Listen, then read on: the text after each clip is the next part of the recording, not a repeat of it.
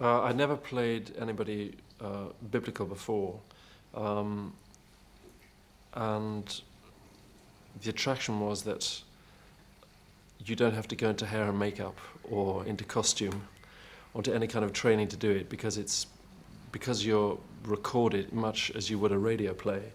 Um, it's much freer, so you don't have to worry about whether your face is putting in all directions.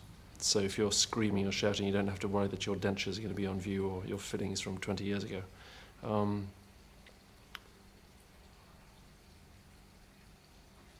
And I think, the opportunity to play somebody who is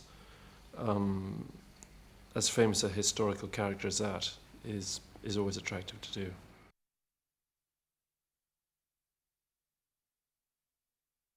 Unlike if you act in a play or in film or television, where everything takes much, especially in filming anything, takes a huge amount of time,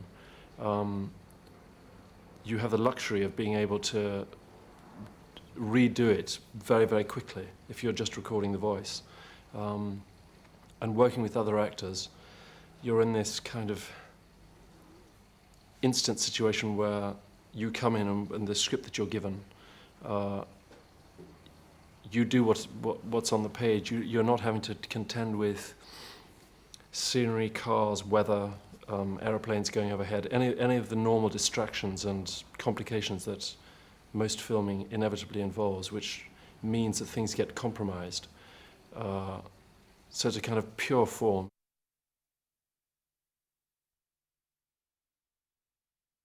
If they don't like you, then they can just fire you and replace you with another voice.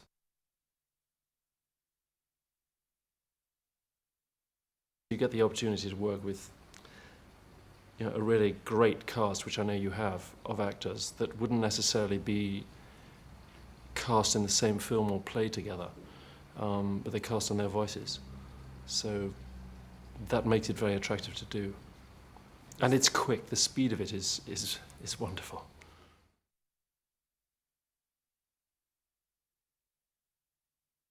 He's very passionate, and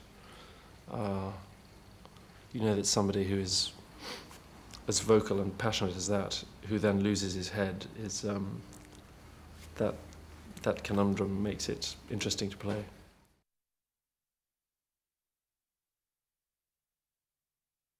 I think the finished film is absolutely brilliant and way beyond anything that I could have imagined it was going to be.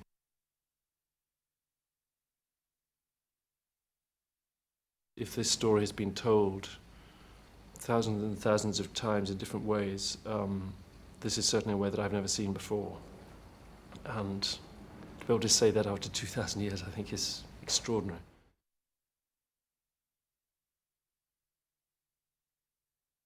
What I think is a huge advantage of doing it like this is that all the baggage that goes with a well-known actor, if you don't immediately recognize their voice, you're understanding the story and seeing what the animators have done. So your sense of disbelief can be suspended. Whereas if you see Al Pacino as Jesus and Harvey Keitel as Mary Magdalene or whatever it is, there's all this baggage that comes with them. You know all their other parts if they're famous, unless you have a cast of total unknowns, Pasolini style. So I think all those things, it seems that you've got the best of both, and that you have people that are very good actors, but you don't actually see their faces.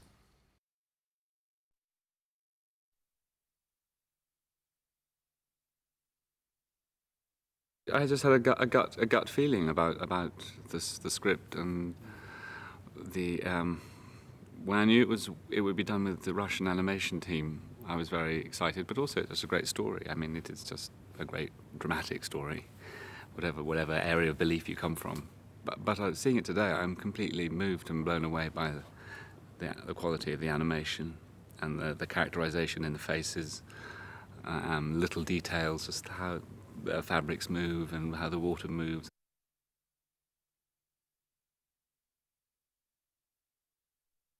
I guess I had an anxiety about, such a well-known story that there are so many pitfalls about people's expectations, traditional tellings of the story, and it seemed to me the story I knew, but I sort of rediscovered it.